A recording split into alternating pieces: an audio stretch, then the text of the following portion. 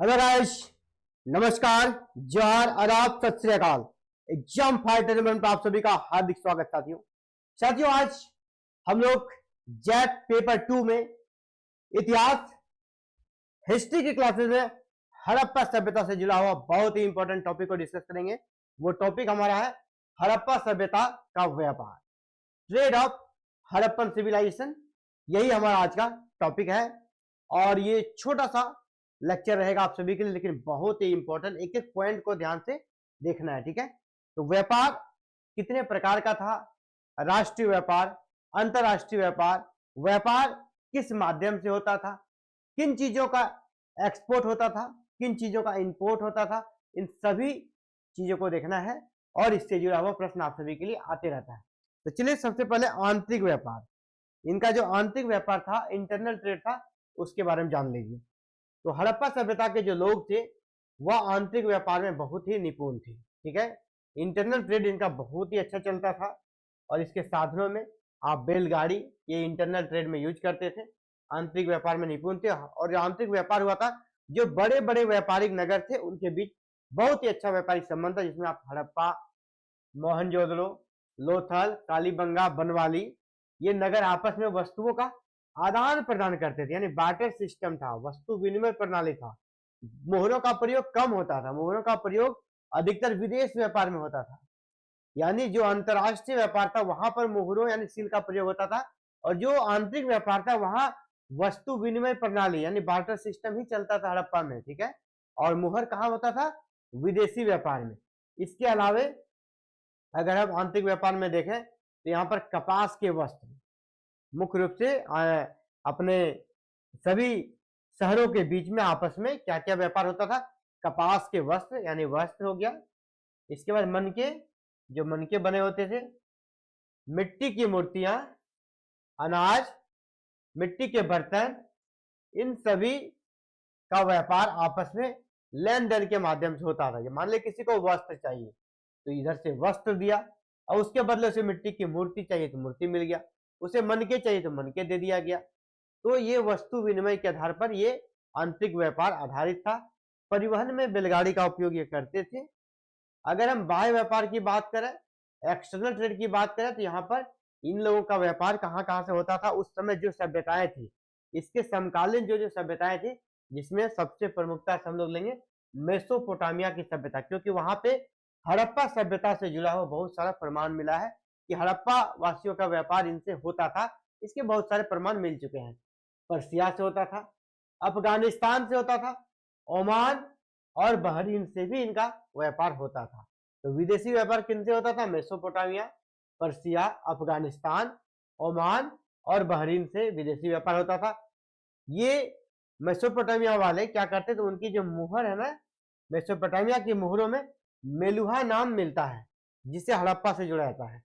तो मेसोपोटामिया सभ्यता के जो अभिलेख है या जो मुहरें हैं, उनमें हड़प्पा सभ्यता का जिक्र है, मिला है, लेकिन कहीं भी हड़प्पा या सिंधु घाटी सभ्यता नहीं मिलता है, बल्कि उसका नाम क्या मिलता है? मेलुहा मिलता है। तो जब नाम मेलुहा है और लोकेशन जब यही वाला बताया जाता है, उनका जो लोकेशन बताया जाता था, उससे पता चलता है कि वही मेलुहा ही हड़प्पा था, मेलुहा ही हड़प्पा था। यानी हड़प्पा सभ्यता का दूसरा नाम क्या था? मेलुहा। और ये मेलुहा कौन यूज करते थे? मेसोपोटामिया वाले। हड़प्पा वाले के लिए वो लोग मेलुहा वर्ड यूज करते थे। उनके जो अभिलेख हैं, उनके जो मोहरे हैं, जहां भी वो अपने विदेश व्यापार का जिक्र करते हैं कि उनका व्यापार मेलुहा से होता था, और जब मेलुहा का लोकेशन वो बताते हैं, उससे पता चलता कि हड़प्पा सभ्यता के बारे में ही बोल रहे हैं, ठीक है। इसमें क्या क्या था इनका आयात का सामान, क्या क्या था निर्यात का, वो देख लीजिए। यहाँ पर आप देखिए 2 पॉइंट में, जो पहले जो पॉइंट है उसमें वो निर्यात की वस्तुएं क्या ये लोग भेजते थे, विदेश ये लोग भेजते क्या थे, निर्यात की वस्तुएं क्या थी, उसको देखिए। निर्यात की वस्तुएं क्या थी? तो निर्यात ये पूछा जाता है हड़प्पा वासियों का, हड़प्पा के व्यापारी किन चीजों का निर्यात करते थे? हाथी दांत, याद रखिएगा, हाथी का दांत बहुत कीमती होता है, इसका ये लोग निर्यात करते थे। मनके यानी छोटे छोटे मूर्तियां, इसके बाद अर्ध कीमती पत्थर, स्टोन, कपास के वस्त्र और शंख की बनी वस्तुएं, ये सभी निर्यात के कह सकते हैं निर्यात की सामग्रियां थी। हाथी दांत, मनके, अर्ध कीमती पत्थर, वस्त्र और संग की बनी वस्तुएं। आयात में क्या करते थे? देखिए आयात में लोग महंगे महंगे चीज मंगाते हैं, चांदी, तांबा, टीन, लेपिस लेजुली और विलासिता की वस्तुएं। यानी भोग कह सकते हैं कि भौतिक जो उपभोग की चीजें थी, भौतिक जीवन में जिनका उपयोग था, उन सभी चीजों का ये लोग काफी ज्यादा आयात करते थे। इन चीजों का क्या करते थे? आयात करते थे, इंपोर्ट करते थे। चांदी, तांबा, टीन, लेपिस लेजुली और विलासिता की वस्तुएं, इनका ये आयात करते थे। कहां से? विदेशों से। अगर हम बंदरगाह की बात करें तो बंदरगाह और व्यापार केंद्र भी था इनका। बंदरगाह में सबसे बड़ा जो बंदरगाह था पूरा हड़प्पा सभ्यता का था, वो था लोथल। लोथल सबसे बड़ा इसका बंदरगाह शहर था। यहाँ पर गोदाम भी था और आपका गोदी यानी डॉकयार्ड भी था, जहाँ पर विदेशी जो वाहन थे, समुद्री वाहन, वो यहाँ पे लगता था। विशेषकर नौका उस समय चलता था, उसका ये सेंटर था लोथल। और यह एक प्रमुख व्यापारिक केंद्र के रूप में सिर्फ हड़प्पा सभ्यता के बीच ही नहीं, बल्कि उन समय के समकालीन सभी सभ्यताओं के बीच लोथल काफी फेमस है। इसके अलावा इसी तरह बंदरगाह शहर में सूत्रा गैंडोर और बालाकोट का भी नाम महत्वपूर्ण है। कभी कभी पूछ दिया जाता है निम्नलिखित में से कौन सा बंदरगाह शहर है, तो सोथल, सूत्रा गैंडोर और बालाकोट ये सभी है ना बंदरगाह शहर है। ये सभी बंदरगाह शहर है। तो ये हो गया। इसके बाद अगर हम इंटरनल ट्रेड को अगर इंग्लिश में देखना चाहे तो ये आपका नोट्स यहाँ पर है। The Harappan were skilled in internal trade. Internal trade में बहुत ज्यादा वो लोग एक्सपर्ट थे। इसके बाद cities like Harappa, Mohenjodaro, Lothal, Kalibangan, Banawali etc exchange good. ये क्या करते हैं? अपने सामानों का एक्सचेंज करते थे एक दूसरे को। जहां जिन चीजों की कमी है वो दूसरे से लेते थे, और यही बार्टर सिस्टम उनके व्यापार का मुख्य साधन था। इसके अलावा ये लोग क्या करते थे? व्यापार किन चीजों का करते थे? कॉटन टेक्सटाइल, इसके अलावा बीड्स, इसके बाद terracotta, figurines, grains, pottery ware, major trade item. ये सभी इनके मुख्य जो है ना व्यापार के साधन थे, व्यापार की वस्तुएं थी। इन सभी का एक बार स्क्रीनशॉट चाहे ले सकते हैं। ये इनका व्यापार का मुख्य वस्तु हुआ करता था। अगर हम एक्सटर्नल ट्रेड की बात करें, विदेशी व्यापार की, तो एक्सटर्नल ट्रेड में the Harappan traded with Mesopotamia. ये किनके साथ व्यापार करते थे? इंटरनेशनल व्यापार की बात कर रहे हैं, एक्सटर्नल व्यापार की बात कर रहे हैं, जो कि अपने कह सकते हैं देश से, अपने सभ्यता से बाहर जो सभ्यता थी उनके साथ। इसमें ये क्या करते थे? कौन कौन से? मेसोपोटामिया से, पर्सिया से, अफगानिस्तान, ओमान, बहरीन, इन सभी सभ्यताओं के साथ उनका व्यापार काफी अच्छे तरीके से होता था। अगर हम सबसे ज्यादा बात करें तो मेसोपोटामिया से सबसे ज्यादा व्यापार होता था। मेसोपोटामियन सिल्स, वहां जो मोहर मिले हैं मेसोपोटामिया में, वो मेंशन करते हैं मेलुहा, एक वर्ड यूज करते हैं मेलुहा, ठीक है, believe to refer to Harappa. और बाद में जिस प्रकार मेलुहा का लोकेशन बताया जाता है, उससे प्रतीत होता है कि ये मेलुहा ही हड़प्पा है, ठीक है, हड़प्पा बराबर मेलुहा। और ये प्रूफ हो गया है, वो जो मेलुहा वर्ड जो यूज कर रहे हैं वो हड़प्पा के लिए बेसिकली कर रहे हैं।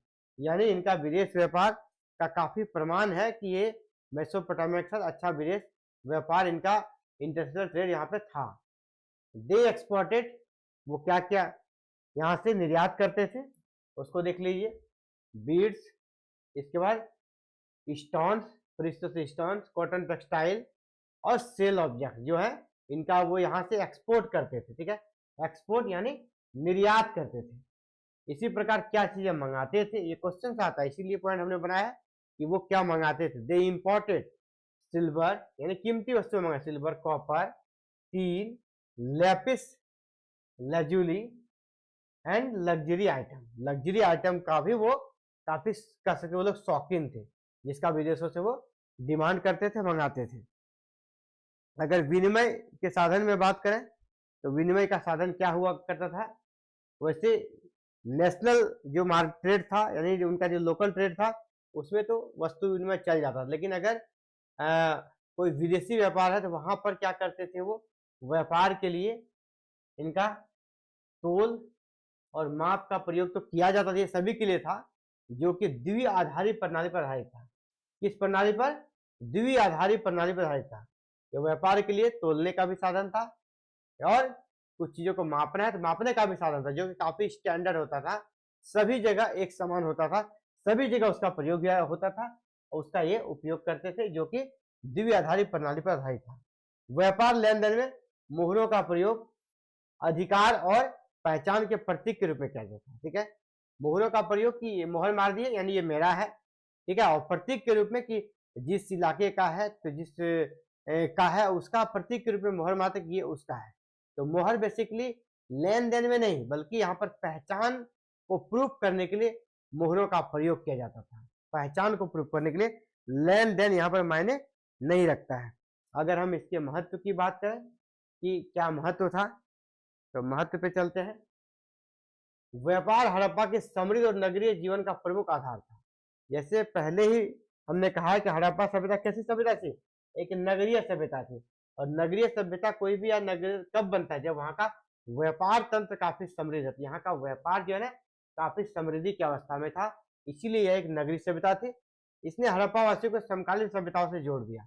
जितने एडवांस थे और साधन इसके पास जितने थे कि इन्हें अन्य सभ्यताओं के साथ कनेक्ट होने में ज्यादा देर नहीं लगा, ये आसानी से उनसे जुड़ गए। ठीक है, पोर्ट एंड ट्रेड सेंटर जो कि बंदरगाह वाला था, उसको जरा हम लोग इंग्लिश में देख लेते हैं। यहाँ पे Lothal Gujarat was a major trade centre, सबसे बड़ा ट्रेड सेंटर था Lothal. A famous dockyard and warehouse, यहाँ गोदाम भी था और आपका एक डॉकयार्ड भी था, बंदरगाह भी था और गोदाम भी था। इसी के अलावा सुटका गंडोर बालाकोट, ये भी दो इंपॉर्टेंट ट्रेड के पॉइंट थे और ये भी बंदरगाह से डॉकयार्ड टाउन थे। मीडियम ऑफ एक्सचेंज में जैसे पहले यहाँ पे मैंने बता दिया कि स्टैंडर्डाइज्ड प्रणाली, weights and measures based on the binary system, जो इनका माप तोल का प्रणाली था, माप तोल के लिए जिनका प्रयोग किया जाता था वो बाइनरी सिस्टम यानी द्वि आधारित सिस्टम पर आधारित था। ठीक है, और जो कि ट्रेड में काफी ज्यादा प्रयोग होता था। सिल्स का जो प्रयोग होता है, मोहरों का जो प्रयोग होता था, were possibly used as symbols of authority and identification in transition. ये बेसिकली मोहरों का प्रयोग अपनी पहचान को दिखाने के लिए और ये प्रतीक के रूप में दिखाने के लिए क्या है और कहाँ का ये व्यापारी है, कहाँ की ये सामग्री है, उस एक्सचेंज में ज्यादा सिल का प्रयोग नहीं होता था। अब इसका महत्व क्या, सिग्निफिकेंस क्या है उसको देखते हैं। ठीक है, ये सिग्निफिकेंस क्या है इस व्यापार का? तो trade was the foundation of Harappan prosperity and urban life, यानी हड़प्पा सभ्यता के समृद्धि और इनका जो अर्बन लाइफ है ना, शहरी व्यवस्था है इनका, इसका मुख्य जो है ना बेस क्या है? इनका ट्रेड। तो ट्रेड के कारण हड़प्पा सभ्यता इतनी विकसित हुई, ट्रेड के कारण ही यह एक नगरीय सभ्यता के रूप में जानी जाती है।